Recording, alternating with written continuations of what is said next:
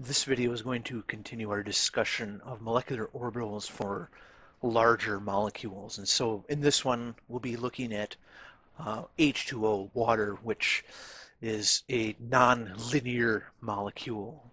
And so this is a C2V point group. So the first step, as usual, is to find the point group of our molecule. And so for this one, it's C2V. We have this 180-degree C2 rotation. We have this reflection in the ZY plane, and we have this reflection here in the ZX plane. And so that gives us the following character table here. And so we then have to determine the reducible character for the hydrogen atoms. And since the hydrogen atoms only have the 1s orbitals, which are sort of spherical, we don't need to give them axes. We just need to essentially determine whether or not they change position or not with the symmetry operation. And so the matrices for them are these. So we either have ones in the diagonal here, or we have ones in the off diagonal if the hydrogens change position. And so the character for the ones where the hydrogens stay, so where the hydrogen would stay is obviously the identity, and this one right here where it's just reflecting sort of through the plane of the molecule, and so the hydrogens remain in the position where they were. And so those two have a character of 2, the other ones have a character of 0, and so we get this reducible representation, which is just the sum of these two irreducible representations right here. And so we have that our capital gamma here is equal to A1 plus B1. And so we can now match the symmetries with the atomic orbitals on oxygen. And so we have these as our group orbitals here. And so we have where HA and the HB, so each hydrogen atom is in a different phase, denoted here by the white and the gray.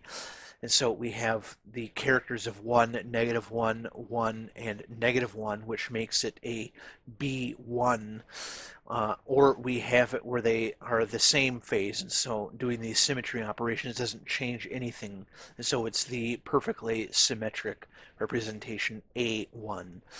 And then we can look at that for the oxygen orbitals here. So we have our PY, our PX, and our PZ orbitals here. And so for the PY, the E operation obviously always just keeps it the same. And then the reflection or the rotation 180 degree gives it -1. Reflection in the plane of the molecule gives it -1, and then 1, and so on down for each of these, which gives us PZ has the A1, the perfectly symmetrical representation, because we see that if we rotate around this axis here or reflect through it in any way, that it's not going to change that orbital there. And so that's the perfectly symmetric representation. The PX is the B1 and the PY is the B2. Then obviously the S is the A1. So the group orbitals with the A1 symmetry has the correct symmetry to bond with either the oxygen PZ or S orbitals. They will form 3 molecular orbitals which have the lowercase a1 symmetry, lowercase being what we use when we talk about molecular orbitals.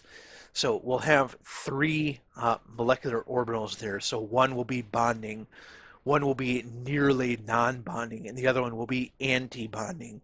We'll designate those with psi1, psi3, and psi5. And you'll see here in a minute why we're choosing those subscripts for them.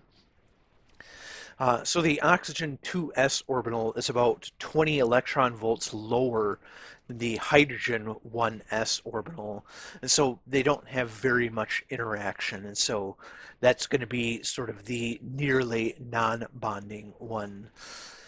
Then the group orbital with the B1 symmetry, so that's this one up here. So the hydrogen group orbitals with the B1 symmetry has the correct symmetry to bond with the oxygen PX symmetry, so that's this one right here.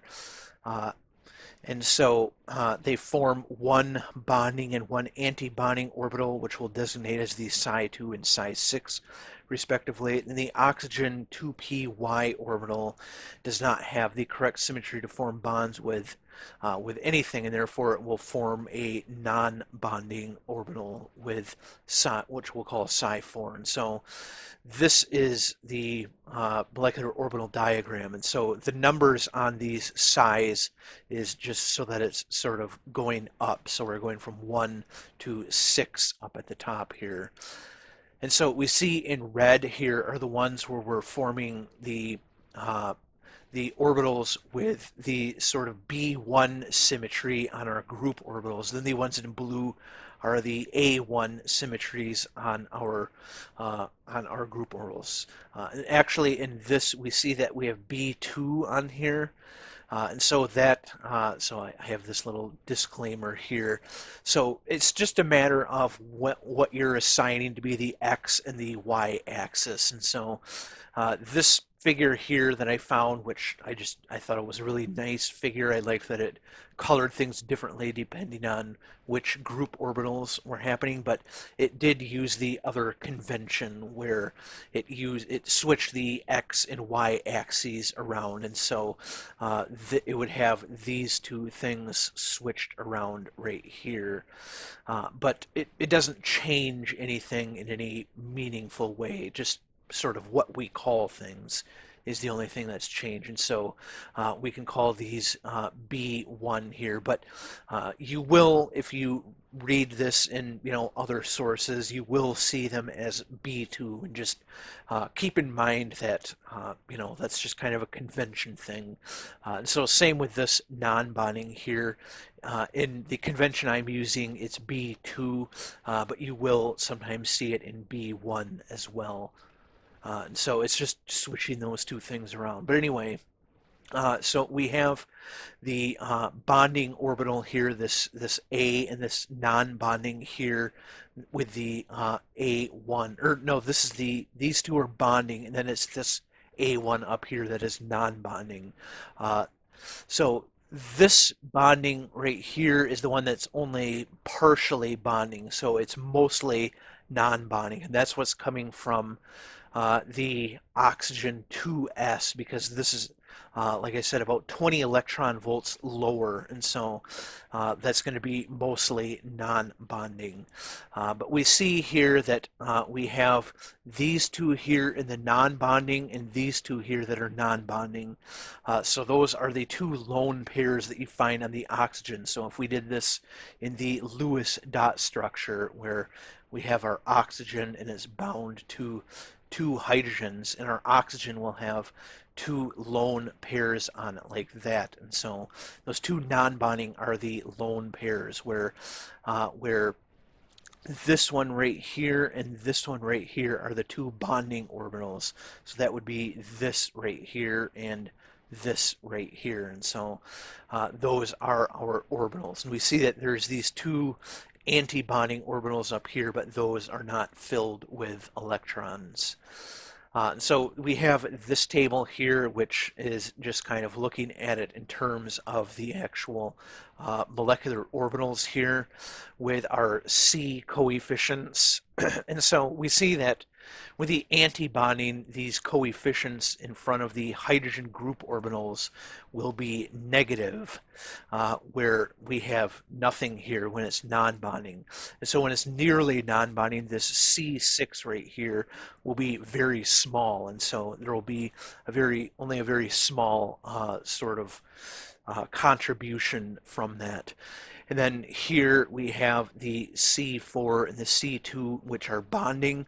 So this one's negative and this one's positive. And so that's talking about the bonding orbital here in red for the negative one and the bonding orbital here in blue for the positive one. Because the negative is this one here, where the sign of the two atomic orbitals are opposite of each other. So this one is positive and this one is negative, where when they are the same like this, then they are both positive like this. And so that is sort of how we look at it with those equations. And so, yeah, over here I put the symmetry, and I did put the ones that I actually have in the figure up above in parentheses.